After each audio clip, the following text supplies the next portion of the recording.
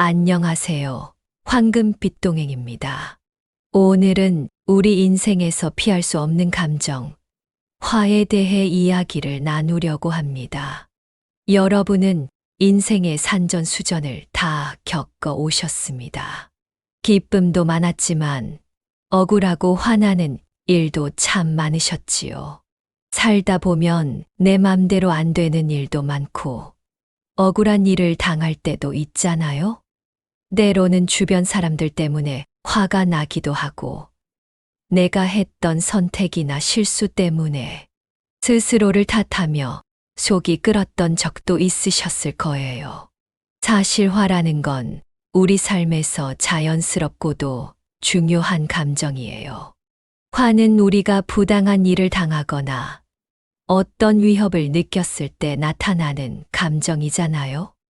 그런데 이 감정을 잘못 다루면 나도 힘들고 주변 사람들과의 관계도 어려워질 수 있어요.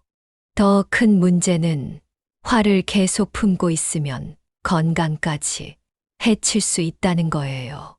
스트레스 때문에 혈압이 오르고 가슴이 답답하고 심지어 소화도 안 되는 경험을 해보신 적 있으시죠?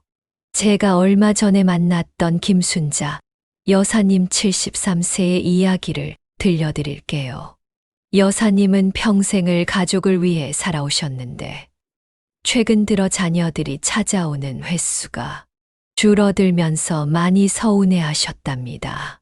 특히 명절 때 엄마, 올해는 며느리 친정에 가기로 했어요. 라는 아들의 한마디에 며칠 밤을 뜬 눈으로 지새우셨다고 해요. 하지만 여사님은 이런 감정을 누구에게도 털어놓지 못하고 혼자 사귀다가 결국 위장병을 얻게 되셨어요. 화나는 걸 참는 게 미덕이라고 생각했는데 오히려 그게 병이 됐네요.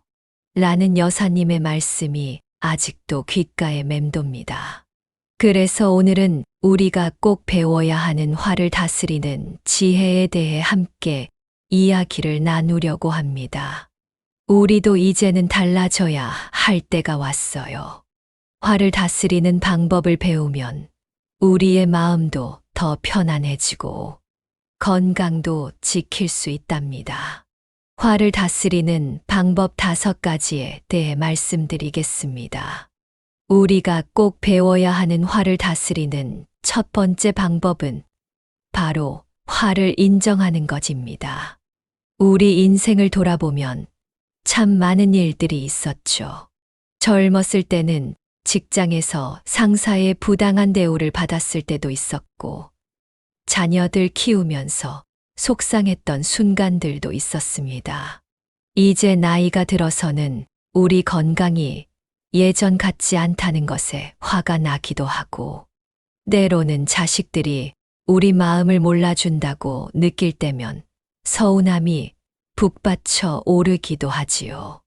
특히 요즘 젊은 세대들은 우리의 경험과 지혜를 귀담아 듣지 않을 때가 많아요.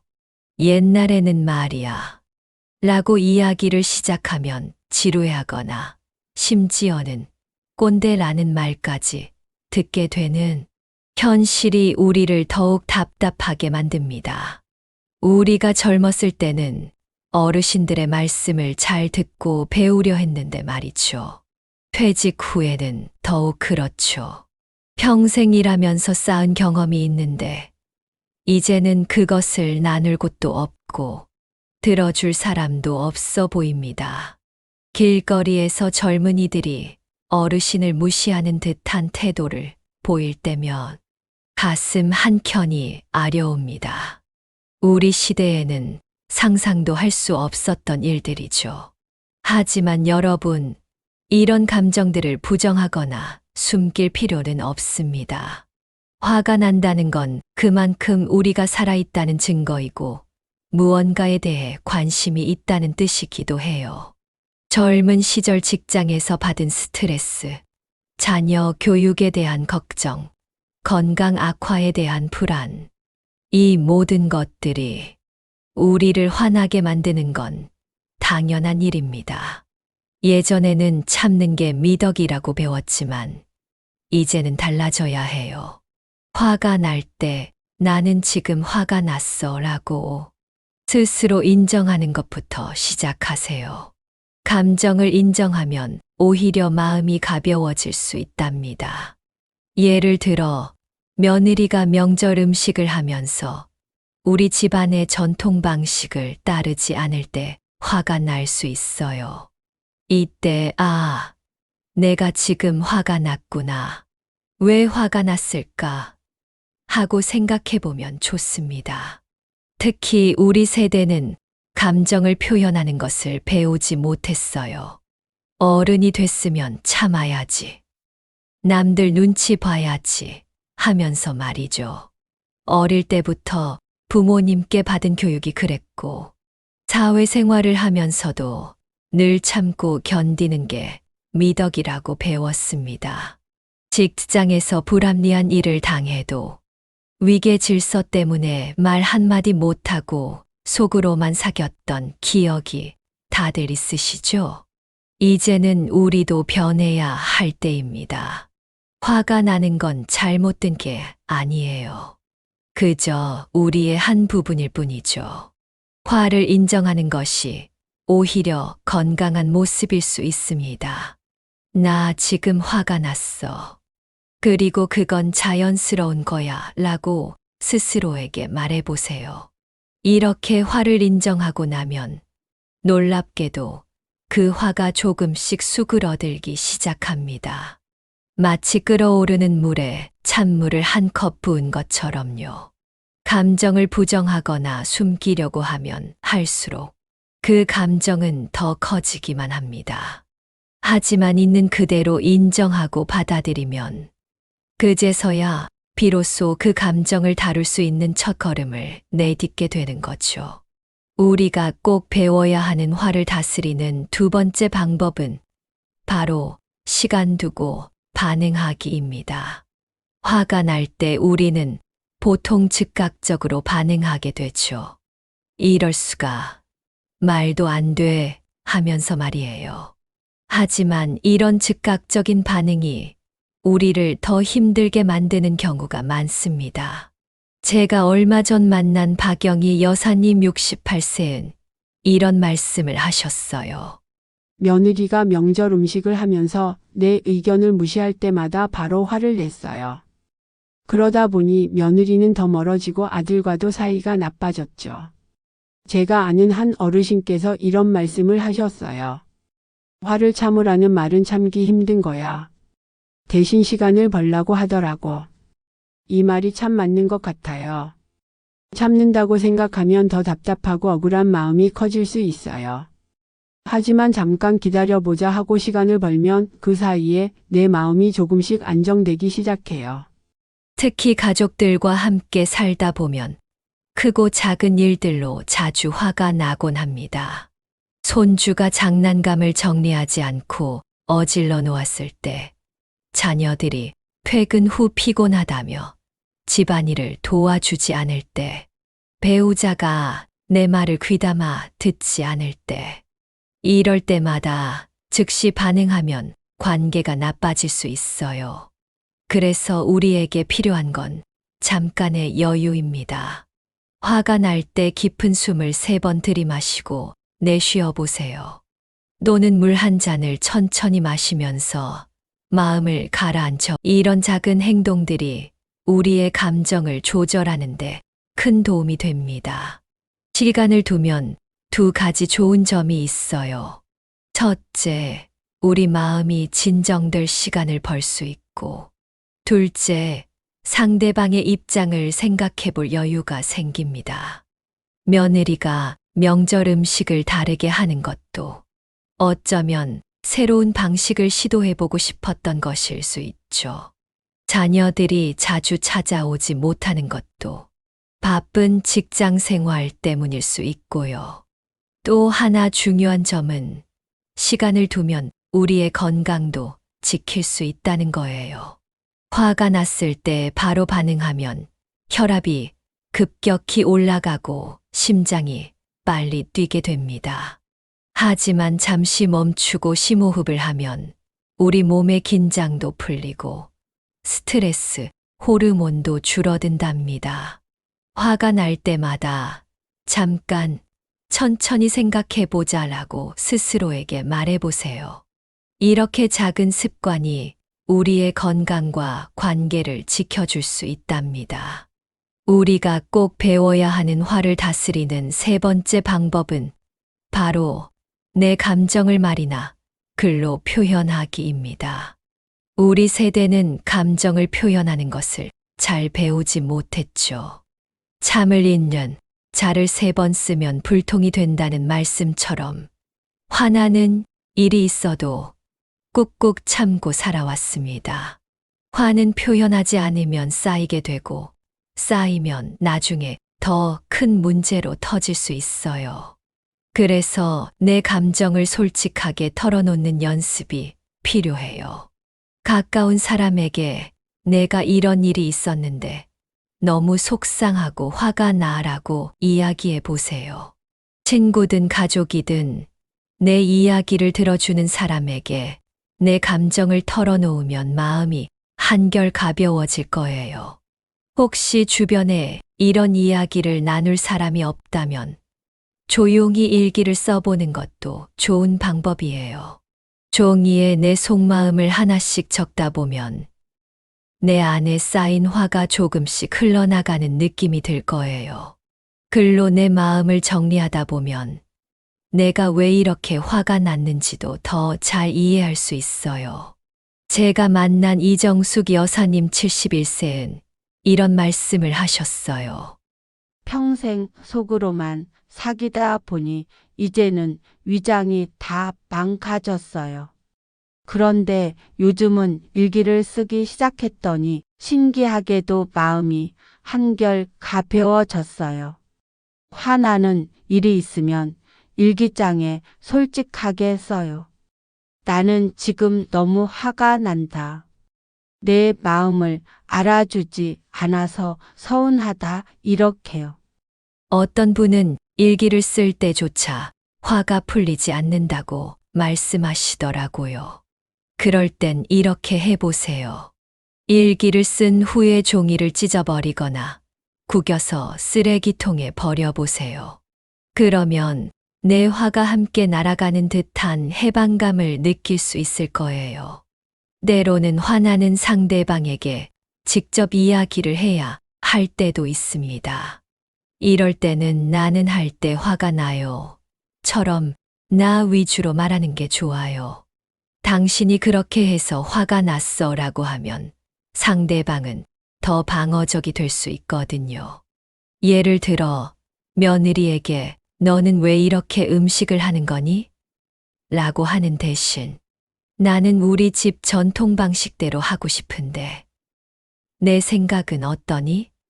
라고 말해보세요. 자녀들에게도 너희는 왜 이렇게 안 오니? 가 아니라 엄마는 너희가 보고 싶어서 이렇게 기다리고 있단다. 라고 표현하면 좋습니다. 감정을 표현하면 좋은 점이 또 있어요. 우리 몸의 긴장이 풀리고 스트레스가 줄어들며 잠도 더 잘 온답니다. 특히 글로 써보면 내 감정을 더 객관적으로 바라볼 수 있게 되죠.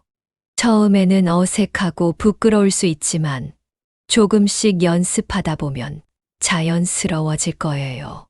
우리가 꼭 배워야 하는 화를 다스리는 네 번째 방법은 나만의 화 다스리는 방법 찾기입니다. 화는 마치 지문처럼 사람마다 독특한 형태를 가지고 있어서 각자에게 맞는 해결 방법을 찾는 것이 무엇보다 중요합니다. 화는 개인마다 다른 방식으로 표출되고 그것을 해소하는 방법도 천차만별입니다. 어떤 사람은 격렬한 운동을 통해 화를 해소하고 또 다른 사람은 조용한 명상을 통해 마음의 평화를 찾습니다. 중요한 것은 자신에게 가장 잘 맞는 방법을 발견하고 그것을 지속적으로 실천하는 것입니다. 예를 들어 산책은 많은 사람들이 선호하는 방법 중 하나입니다. 걷는 동안 신선한 공기를 마시며 자연스럽게 호흡이 정리되고 걷는 리듬에 맞춰 마음도 차분해지기 때문입니다. 음악 감상도 효과적인 방법입니다. 클래식을 듣는 사람도 있고, 록이나 힙합 같은 강렬한 음악으로 스트레스를 해소하는 사람도 있습니다. 취미 활동을 통한 화 다스리기도 매우 효과적입니다. 뜨개질이나 그림 그리기는 손을 움직이는 반복적인 동작을 통해 마음을 안정시키는데 도움이 됩니다. 이러한 창작 활동은 부정적인 감정을 긍정적인 에너지로 전환하는 좋은 통로가 될 수 있습니다. 한 어르신의 사례는 특히 인상적입니다. 그분은 화가 날 때마다 공원의 나무들을 찾아가신다고 합니다. 수십 년, 때로는 수백 년을 한자리에서 묵묵히 서 있는 나무들을 보면서 자신의 순간적인 감정이 얼마나 작은 것인지를 깨닫는다고 합니다. 이처럼 자연을 통해 마음의 균형을 찾는 것은 매우 효과적인 방법이 될 수 있습니다. 운동도 화를 다스리는 효과적인 방법 중 하나입니다. 앉아서 하는 스트레칭, 천천히 하는 맨손 체조, 가벼운 산책과 같은 활동부터 노인복지관에서 하는 실버 체조까지 자신의 체력과 건강 상태에 맞는 운동을 찾아 실천하면 좋습니다. 이러한 가벼운 운동들은 근육의 긴장을 풀어주고 마음의 안정을 찾는데 도움을 줍니다. 결국 가장 중요한 것은 이러한 다양한 방법들 중에서 자신에게 가장 잘 맞는 것을 찾아내는 것입니다. 때로는 여러 가지 방법을 조합해서 사용하는 것도 좋습니다. 화가 날 때 산책을 하면서 음악을 듣거나 운동 후에 명상을 하는 등 자신만의 독특한 조합을 만들어 볼 수 있습니다. 이러한 방법들을 찾고 실천하는 과정에서 중요한 것은 인내심입니다. 새로운 습관을 형성하는 데는 시간이 필요하므로 즉각적인 효과를 기대하기보다는 꾸준히 실천하면서 자신에게 맞는 방법을 발견하고 발전시켜 나가는 것이 중요합니다. 마지막으로 우리가 꼭 배워야 하는 화를 다스리는 방법은 바로 용서입니다. 많은 분들이 용서는 상대방을 위한 것이 아니라 나 자신을 위한 것이라는 말씀을 들어보셨을 텐데요. 이는 매우 중요한 진실을 담고 있습니다. 우리가 누군가를 미워하고 화를 품고 있으면 정작 그 사람은 아무런 영향도 받지 않습니다. 오히려 우리 자신의 마음만 답답해지고 괴로워집니다. 마치 독약을 마시면서 상대방이 죽기를 바라는 것과 같다고 할 수 있지요. 그래서 용서는 결국 나를 위한, 내 마음의 평화를 위한 선택이 되는 것입니다. 예를 들어 자식들이 찾아오지 않는다고 화가 나시는 분들이 많으실 텐데요. 내가 그렇게 키웠는데 하는 서운함과 분노가 이해가 됩니다. 하지만 그 마음을 계속 품고 계시면 결국 고통받는 건 부모님 자신입니다. 자식들은 각자의 삶을 살아가면서 그다지 영향을 받지 않을 테니까요. 또 이웃과의 관계에서도 마찬가지입니다. 아파트나 경로당에서 누군가와 다툼이 있었다고 해서 그 사람을 계속 미워하고 있으면 우리의 일상이 피곤해집니다. 마주칠 때마다 가슴이 답답하고 그 사람 얘기만 들어도 혈압이 올라가지요. 하지만 그 사람은 아무렇지도 않게 지내고 있을 겁니다. 젊었을 때 겪었던 서운함과 배신감도 마찬가지입니다. 옛 동업자와의 갈등, 친구와의 절교, 친척들과의 다툼, 이런 일들을 오래도록 마음에 담아두면 그것은 우리 영혼을 갉아먹는 독이 됩니다. 그때 그랬어야 했는데 하는 후회와 분노는 현재의 우리를 불행하게 만들 뿐입니다. 물론 용서가 쉽지는 않습니다. 특히 오랫동안 마음에 담아두었던 상처일수록 더 그렇지요. 하지만 한번 생각해 보세요. 그 무거운 마음을 언제까지 짊어지고 가실 건가요? 이제는 그 짐을 내려놓으실 때가 되지 않았나요? 용서는 결코 약한 사람들의 선택이 아닙니다. 오히려 자신의 삶을 온전히 살기 위한 강한 사람들의 선택입니다. 용서함으로써 우리는 더 이상 과거의 상처나 분노에 휘둘리지 않게 됩니다. 그리고 마침내 진정한 자유를 얻게 되는 것이지요. 특히 우리 나이가 되면 더욱 그렇습니다. 젊었을 때는 미워하고 화내며 살 시간이 많았을지 모르지만 이제는 그럴 시간이 많이 남지 않았습니다.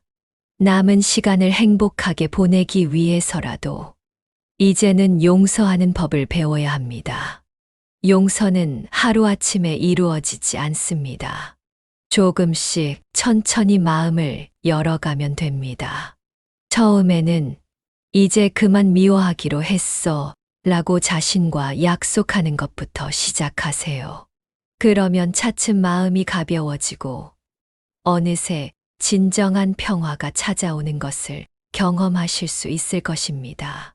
사랑하는 여러분, 지금까지 함께 이야기한 화를 다스리는 방법들을 잘 기억해 주시기 바랍니다.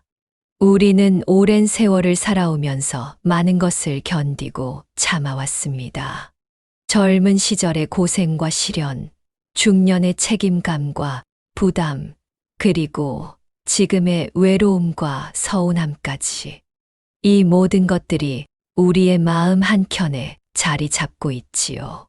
때로는 자식들이 섭섭하게 할 때도 있었고, 이웃과 다투기도 했으며, 오래된 친구와의 관계가 멀어지기도 했습니다. 그럴 때마다 가슴 한켠이 답답하고 화가 치밀어 오르곤 했지요. 내가 그렇게 키웠는데, 이렇게 배신할 줄은 몰랐어. 나를 뭘로 보고 하는 생각들이 밤잠을 설치게 만들기도 했을 겁니다.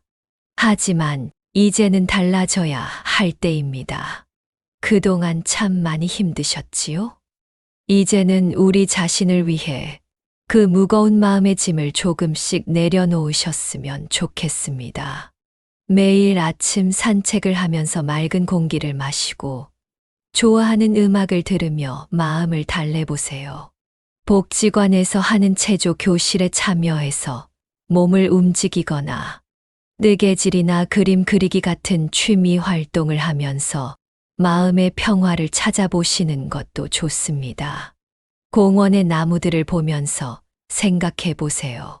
저 나무들이 수십 년, 수백 년을 묵묵히 서 있듯이 우리도 그렇게 의연하게 살아갈 수 있습니다. 봄이 오면 새싹을 틔우고 가을이 오면 낙엽을 떨구듯이 우리도 때로는 새로운 시작을, 때로는 내려놓음을 배워야 합니다. 무엇보다 중요한 것은 용서하는 마음입니다. 용서는 결코 상대방을 위한 것이 아닙니다. 그것은 바로 우리 자신을 위한 선물입니다. 누군가를 미워하고 원망할 때 그 고통은 고스란히 우리의 몫이 됩니다. 혈압이 오르고 잠을 설치고 하루하루가 불편해지는 것은 다른 누구도 아닌 바로 우리 자신입니다. 이제는 우리에게 남은 시간이 그리 많지 않습니다. 이 소중한 시간을 미움과 분노로 채우기에는 너무나 아깝지 않으신가요? 자식들이 서운하게 했다고, 이웃이 무례했다고, 옛 친구가 배신했다고 했어. 그것을 마음에 담아두는 것은 결국 우리 자신을 불행하게 만들 뿐입니다. 대신 이렇게 생각해 보면 어떨까요? 그래, 그 사람도 나름의 사정이 있었겠지. 나도 완벽하지 않으니까. 이제는 그만 내려놓자. 이렇게 조금씩 마음을 열어가다 보면 어느새 진정한 평화가 찾아올 것입니다. 우리는 이미 충분히 강했고, 충분히 참았고, 충분히 견뎌왔습니다. 이제는 우리 자신을 위해 행복한 마음으로 하루하루를 살아가실 때입니다. 여러분은 그럴 자격이 충분합니다. 오늘부터 시작해 보세요. 화를 다스리는 방법을 실천하고, 마음의 짐을 내려놓고, 용서하는 법을 배우면서 말입니다. 그러면 분명 더 가벼운 마음으로, 더 행복한 마음으로 살아가실 수 있을 것입니다. 여러분의 소중한 이야기와 댓글로 더욱 풍성해지는 황금빛 동행입니다. 구독과 좋아요, 알림 설정을 해주시면 더 좋은 영상으로 보답하겠습니다. 항상 행복하고 건강한 하루 보내세요. 시청해주셔서 감사합니다. 다음 영상에서 만나요.